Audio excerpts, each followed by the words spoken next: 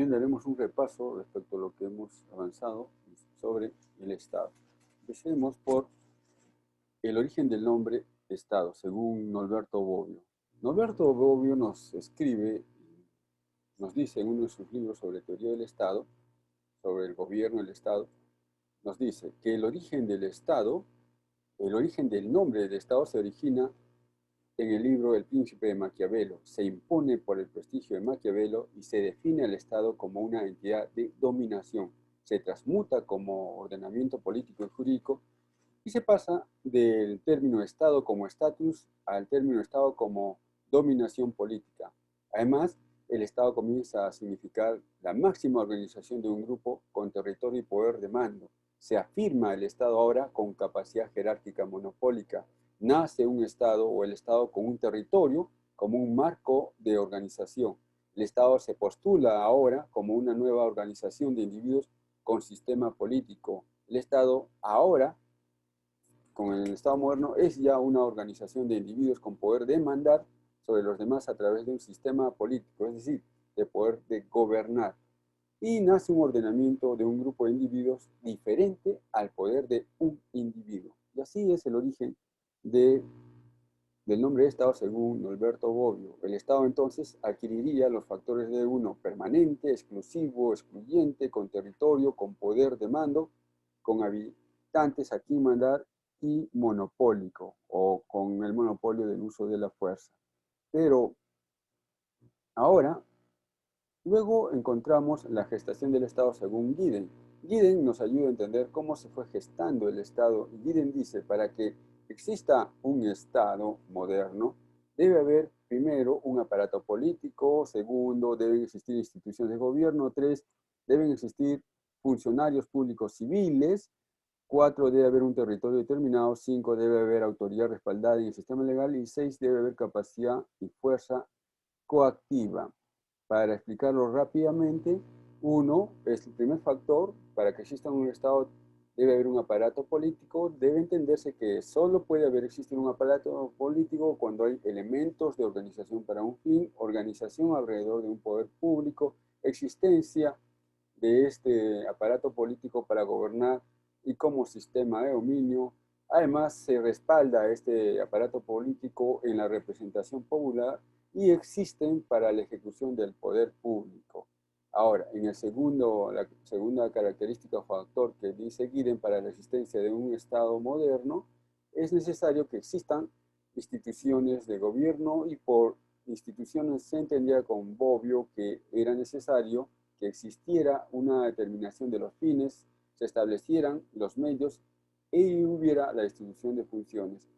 Estas instituciones de gobierno que deberían existir para que haya un Estado moderno eran, por ejemplo, el Ejecutivo, Legislativo, Judicial, ¿no? Además, el tercer factor era la existencia de funcionarios públicos civiles, no civiles, ¿no? Y aquí se refería a que debería haber personas con poder público diferenciados de los otros, ¿no? Había de haber distinción y separación de una persona civil de un militar o eclesiástico. Tenía que haber una definición de tipos de funcionarios, como por ejemplo la autoridad, funcionarios, servidores, además de la diferenciación de los derechos y responsabilidades de dichos funcionarios. El cuarto factor, según Giddens, era que el Estado necesitaba tener un territorio determinado en el cual se definía cuál era el territorio soberano, se eliminaban los territorios de nadie, se tenían territorios unificados política y geográficamente, se hacía la inclusión de conceptos diferenciadores, por ejemplo, como suelo, sobresuelo, se establecía que el territorio, ya más tarde, debería ser inalienable, inviolable, se determinaba que debería haber soberanía y jurisdicción sobre el territorio estatal. El quinto factor que dice Giddens para la existencia de un Estado moderno es que exista autoridad respaldada en un sistema legal, es decir, se eliminaba la multiversidad normativa, se suprimían todos los otros estamentos normativos y se monopolizó la producción jurídica. El sexto elemento, según Giddens, para la existencia de un Estado moderno era que debería haber capacidad y fuerza coactiva, por la cual se monopolizó la fuerza coactiva y se legitimó el uso del poder público. Además, haciendo esta referencia rápida, según Bobbio, el origen del Estado se produjo por los siguientes factores: la disolución de la sociedad feudal, la disolución de la sociedad pluralista normativamente, la constitución de estados nacionales, la absorción de los diferentes estamentos sociales diferentes al Estado, la eliminación y absorción de los ordenamientos jurídicos superiores e inferiores por una sociedad nacional, la monopolización de la producción jurídica, la formación del poder coactivo centralizado, la supresión de los centros de poder superiores e inferiores al Estado y la concentración del poder normativo y coactivo. Esto según Bobbio respecto al origen del Estado moderno. Ahora, Villoro nos da otras nociones sobre el origen del Estado moderno. Villoro dice que el Estado se origina solo si es que se da por la eliminación, se da, ¿no? Cuando se conforma el Estado moderno, con la eliminación de la cosmovisión teológica fundada en la voluntad divina de Dios, se da la apertura de un sistema de gobierno fundado en la razón, hay la elaboración de la doctrina del absolutismo, se da la independencia soberana de cada Estado respecto a los otros, hay ya una nueva visión del Estado con una finalidad de que el conjunto de fuerzas políticas se organicen con fórmulas prácticas de compromisos utilitarios, hay el nacimiento del Estado central, se da un sistema universal de organización político, existe la igualdad para suprimir particularidades y privilegios y tiene que haber también la autonomía de la política. O sea, estos son los factores que han influido para el origen del Estado moderno según Villoro. Ahora, el Estado en la antigüedad, ¿cómo se va formando? Según Marcel Rubio Correa dice, en la antigüedad los gobernantes, por ejemplo, no estaban legitimados por un proceso moderno como, por ejemplo, el proceso electoral, votación, sufragio, etcétera, ¿no? No se tenía en la antigüedad la noción aún del poder absoluto sobre el territorio, no había la noción de poder absoluto sobre los habitantes, existía gobierno pero aún no existía Estado, eran gobiernos de ciudades, estados, existían extensos territorios como zonas de nadie, no había grandes aparatos políticos, el gobierno se limitaba al plano terrenal, geográfico, se gobernaba solo dentro de la propiedad terrenal, el territorio era un límite al poder de gobierno, no se gobernaban territorios desiertos, no existía el concepto de superficie, espacio, aéreo, subsuelo. Esto según Marcial Rubio Correa, el Estado, así funcionaba el Estado en la antigüedad. El Estado en el medioevo, según Rubio Correa también, tuvo estas particulares. Había un fraccionamiento del poder, el señor feudal era dueño de los territorios, el señor feudal era un legislador máximo en sus tierras, el rey no tenía un supremacía y mando absoluto, el rey y el señor feudal necesitaban aliarse para ejercer el poder, el rey y el señor feudal tenían el poder fraccionado, el rey o emperador eran ahora primos en ese tiempo, en el medioevo, primos interpares, es decir, el más importante entre pares, pero no el superior.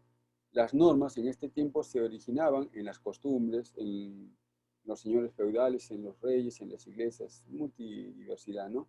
La iglesia normaba, por ejemplo, sobre bautismos, matrimonios, familias, bienes, lo que constituyó luego el derecho canónico. Además, hay un nacimiento de las ideas incipientes de nacionalidades, como por ejemplo las nacionalidades inglesas, alemanas, italianas, escocesas, etc. Esto todo en el Estado, en el medioevo.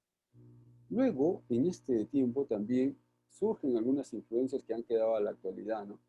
Que formaron el Estado moderno. La primera influencia que nos narra Marcial Rubio Correa es la influencia que da Inglaterra al Estado moderno. En Inglaterra el gobierno era ostentado por el monarca. El monarca solo intervenía en la creación de tributos.